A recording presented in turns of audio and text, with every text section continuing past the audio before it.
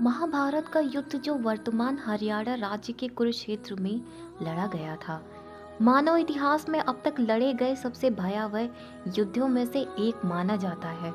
धर्म ग्रंथों के अनुसार यह युद्ध इतना विनाशकारी था कि केवल 18 दिनों तक चलने के बावजूद इसमें लगभग 80% भारतीय पुरुष आबादी की मृत्यु हो गई।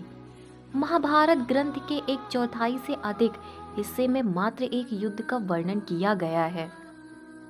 अब आइए वीडियो को आगे बढ़ाते हैं और जानते हैं महाभारत युद्ध के परिणाम के बारे में।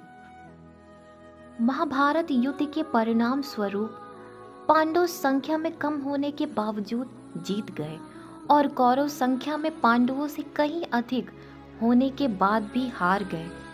इसका कारण उनके कर्म को माना गया, नीति और अनीति की राह पर चलने को माना गया, विधि के विधान के पक्ष और विपक्ष में खड़े होने को माना गया। पांडव युद्ध जीत गए और श्री कृष्ण ने पांडवों में सबसे बड़े भाई युधिष्ठिर का राजतिलक करा दिया। जिनका राजतिलक स्वयं भगवान के हाथों से हुआ हो, उनका विनाश कैसे हुआ? क्या हुआ जब हस्तिनापुर की राजगद्दी पांडवों के हाथों में आ गई? पांडवों ने हस्तिनापुर पर कब तक शासन किया? वे आखिर कैसे मर गए या वास्तव में उनकी हत्या कर दी गई? और सबसे महत्वपूर्ण बात, भगवान कृष्ण के साथ क्या हुआ था? ऐसे कई सवाल मन में उठते हैं। यहाँ उन सवालों के उत्तर देने का प्रयास किया गया है। कुरुक्षेत्र का युद्ध जीतने के बाद पांडवों को हस्तिनापुर का शासन मिला। युधिष्ठिर को हस्तिनापुर का महाराजा बनाया गया, लेकिन दूसरी तरफ गांधारी एक दुखी त्रस्त महिला के रूप में विलाप कर रही थी, अपने 100 पुत्रों की मृत्यु का शोक मना रही थी। जब युधिष्ठिर को सिंहासन सौंप दिया गया और श्री कृष्ण का हस्तिनापुर से विदाई लेने का समय आया, तब वह गांधारी के पास गए और गांधारी ने श्री कृष्ण को उनके वंश का अंत हो जाने का शाप दिया। जानकारी के अनुसार महाभारत के बाद हस्तिनापुर पर पांडवों ने 36 वर्षों तक शासन किया। इस बीच गांधारी का शाप अपना असर दिखाने लगा और श्री कृष्ण की नगरी द्वारिका में एक अशुभ घटना घटी। वहां एक उत्सव के दौरान सभी यदुवंशी आपस में ही लड़ने लगे और एक दूसरे की हत्या करने लगे। यह घटना सोमनाथ के समीप प्रभास क्षेत्र में घटी। उधर प्रभास क्षेत्र में यदुवंशियों के एक दूसरे को मार डालने के बाद पहले बलराम जी अपने लोक को वापस चले गए।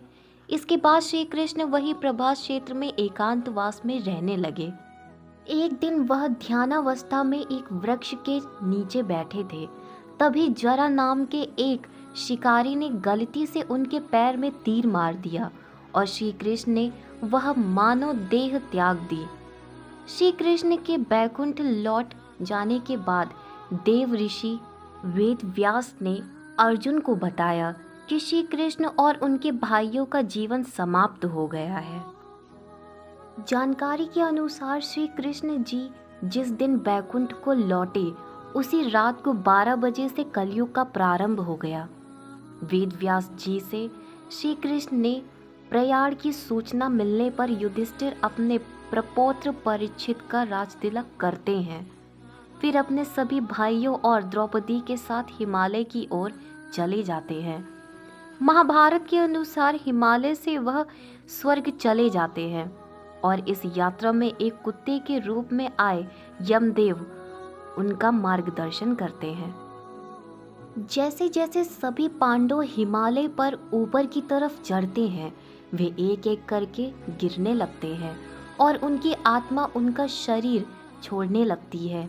यह क्रम द्रौपदी के साथ शुरू होता है और भीम की मृत्यु पर समाप्त होता है।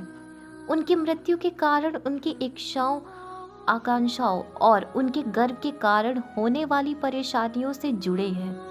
केवल युधिष्ठिर ही थे जिन्होंने किसी भी चीज पर गर्व नहीं किया। इस कारण केवल वही जीवित रूप में हिमालय के ऊपर स्वर्ग के प्रवेश द्वार पर पहुंच जाते हैं।